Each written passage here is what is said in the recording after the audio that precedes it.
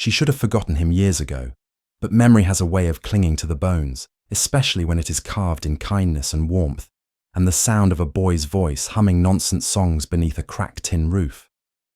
She was only a cub. Then all ribs and fear when he found her barely breathing alone in the dust. He cradled her in hands too small for such responsibility, yet full of a love that made her feel less like prey and more like something worth saving. And in those days before the world tore them apart, he became her world. The boy with dirt on his cheeks, and hope in his voice fed her drop by drop. Laughed when she stumbled and held her, when she whimpered in the dark. And though she had no words, she listened and remembered every beat of that fragile beginning until the day men came with trucks and clipboards and the word wild spoken like a promise or a sentence. They took her away, said it was for her good, and she did not understand why the boy cried or why his arms reaching through. The fence felt like a piece of herself being torn loose. The wild taught her to run, to hide, to kill, but never how to stop missing the warmth of hands that had once taught her peace. Years passed, and the silence became her companion until the day the poachers came back, and with them came the same sharp scent of metal and danger and blood. She found the old abandoned truck by accident or fate, and hid her cubs in its hollowed chest, praying to instincts older than memory that they would be safe. And when the men approached, laughing the way predators do, she threw herself into the open. Not for glory, not for rage, but for time. Every breath she bought was for her children. Every wound a desperate bargain to delay the end. She ran until her legs failed, and the sky bled, and when the silence came again, it was not peace but exhaustion. Then another sound, softer wheels on gravel, a door creaking open, and a voice not just familiar, but foundational.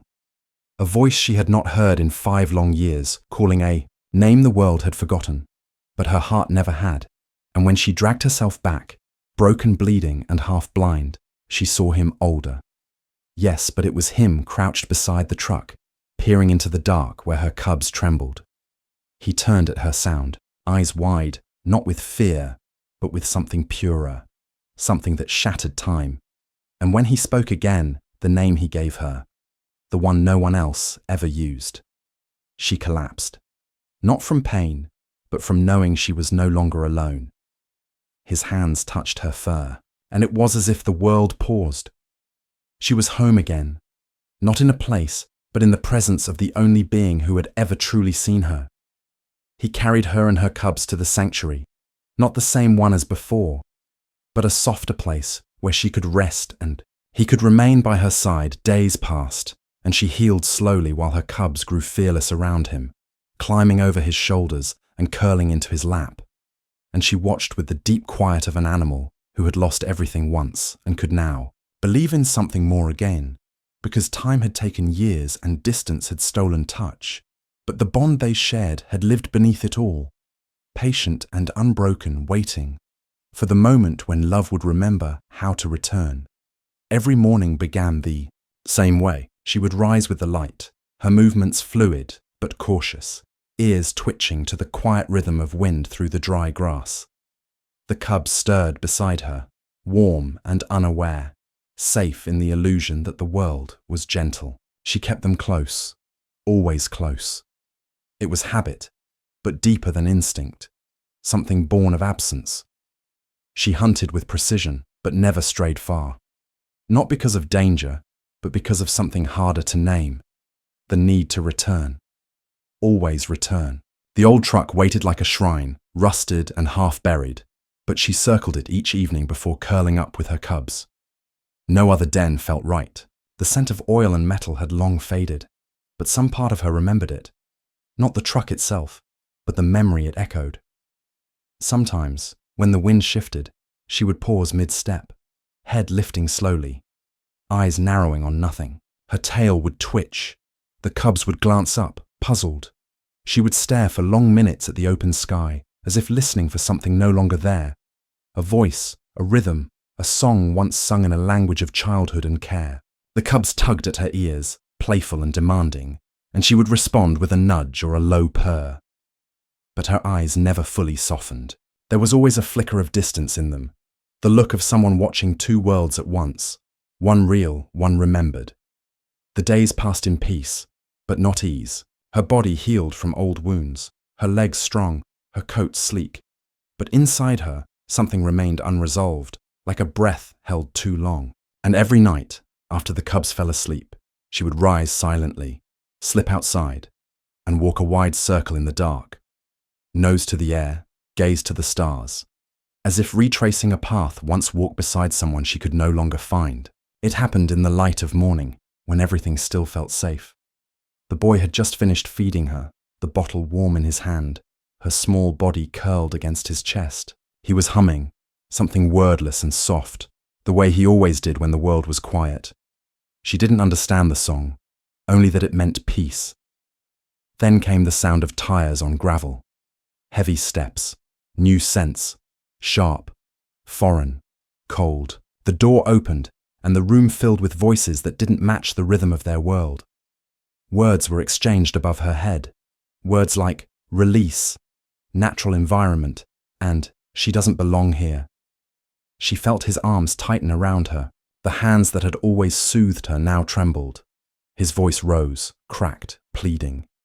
He argued in a language she didn't understand, but she knew the tone: confusion, desperation, fear. She pressed closer, but they pulled her away, their grip firm, impersonal. She twisted in their hands, claws out, a dry, helpless cry caught in her throat. She turned to him, the only anchor she had ever known, and saw him reaching, shouting, tears cutting lines through the dust on his cheeks. That was the last thing she remembered clearly. His silhouette framed in the doorway, the sound of her name breaking in his voice, growing smaller as the engine carried her away. The cage was colder than anything she had ever known, the trees too tall, the wind too loud, and no one sang. Days bled into nights. She stopped making sounds, stopped looking when branches cracked or shadows shifted. She learned how to stalk, how to kill, how to run farther than pain could follow. But she never again ran toward anything. She grew, but not the way a creature should. She grew into silence, into watchfulness, into the kind of loneliness that doesn't cry but waits. Sometimes, especially in the early hours, she would wake to the sound of nothing and feel a phantom weight against her side, like the memory of a small boy's body curled close, his breath in her fur, his voice in her ear. But the world did not give him back. It gave her survival instead, and she took it. But it never filled the space he left. Let me pause here for a moment and ask you, where are you listening from? Has there ever been a time in your life when someone, maybe a person, maybe even an animal, remembered you after many years apart? That kind of bond. It leaves a mark, doesn't it? If stories like this speak to something in you, make sure to subscribe. There's so much more ahead, and each one comes straight from the heart. He hadn't thought of her in a long time. Not fully. Not in the way that makes your chest tighten and the world around you go quiet. Life had moved on, or at least that's what he told himself. The world asked for noise, for distraction, for forgetting. But sometimes forgetting isn't forgetting. It's just surviving. Then one night, it all came back. He was scrolling, half awake, half bored, when a photo stopped him cold. It was a grainy image from a remote wildlife camera, just a cheetah, half hidden in shadow, stepping out of an old, rusted truck. The caption mentioned maternal behavior, unexpected shelter, and poaching activity in the area. But all he saw were her eyes. His heart kicked hard, as if remembering before his mind did. It couldn't be, and yet. There it was. That same tilt of her head, the scar above the eye he used to kiss through wire fencing, the tension in her shoulders he'd felt under his palms. The world blurred. And suddenly, he was 17 again. Holding her, losing her. Sleep didn't come that night. The next day, he called in to work. Then the reserve. Then the tracker who had posted the image. Words stumbled out, urgent, too emotional. But he didn't care how it sounded. All he could think was, if she's alive, does she remember? A war began inside him. What if it wasn't her? What if it was? What if he went and saw no recognition in her eyes? What if she had already forgotten the boy who once sat beside her every night, whispering stories in the dark? But even stronger than the fear was the pull. Something old, deep, and unfinished had stirred. He packed his bag without thinking. His fingers moved like they'd been waiting years for permission. He didn't know what he'd find out there, but he knew he couldn't not go. Because when the past calls your name, sometimes the only answer is to return. He didn't speak at first. He couldn't. The sight of her, limping, thin, her breath ragged and legs shaking, stole every word from his mouth. She stood just beyond the edge of light, half-shadowed, her ribs moving too fast, her eyes locked on his. They were the same eyes. Changed, yes, wiser, worn, but still hers. The cubs whimpered softly from inside the truck. He had been looking at them, crouched low, trying not to scare them, when he sensed her. Not heard, sensed. Like the way you feel a storm before it breaks. When he turned and saw her, something ancient rose in his chest. The world hushed. She didn't move. Neither did he. Then, slowly, she took one staggering step forward. And another.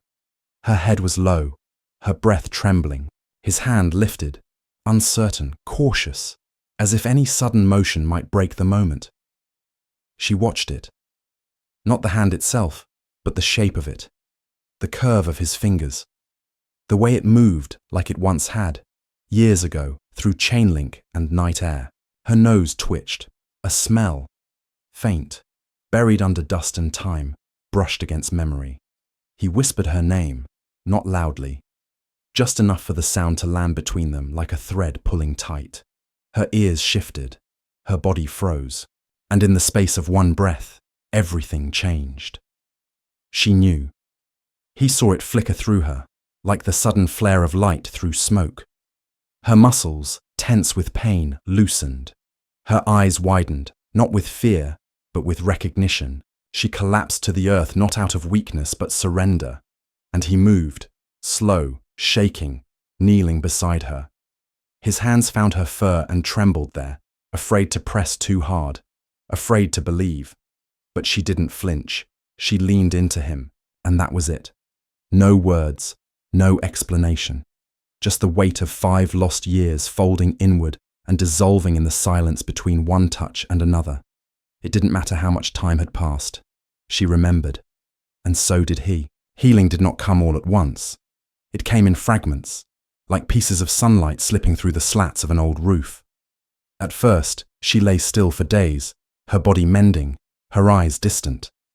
But she did not turn away when he entered. She watched him with quiet awareness, and when he sat nearby, she let him stay. He spoke to her softly, not to fill the silence, but to share it. Sometimes he read from a battered notebook, words he had written for her long ago. Other times he simply breathed beside her, as if remembering how to exist in the same space again. She listened, not with her ears, but with her stillness. Her eyes would blink slowly, and her tail would twitch when he laughed. The cubs were bolder. They climbed into his lap, tugged at his sleeves, curled beneath his arm like they had done it 1,000 times. At first, she was watchful. Then, slowly, she softened. One morning, she stood and walked to him unprompted. She pressed her head against his shoulder, just for a second. But it was enough. He didn't speak. He only closed his eyes, lifted a hand, and rested it lightly between her ears. That evening, she purred, a low, steady sound, small, but unmistakable. It became a rhythm between them, quiet visits, shared space, the trust rebuilt not in grand moments, but in repetition, a blink, a breath. The way she waited for him now, the way he smiled like something inside him had finally unclenched. She no longer stood guard all night. He no longer woke from dreams of her cries. They had found each other again, not as who they were, but as who they had become. And though the past had carved deep marks into them both, neither looked away. They carried it, together, because some bonds aren't broken by time. They're paused, held in memory, waiting for the right moment to return. Some bonds don't need words. They survive in the quiet, in the waiting, in the space between one breath and the next. They live through distance, through silence, through the ache of being forgotten. And still, they remain.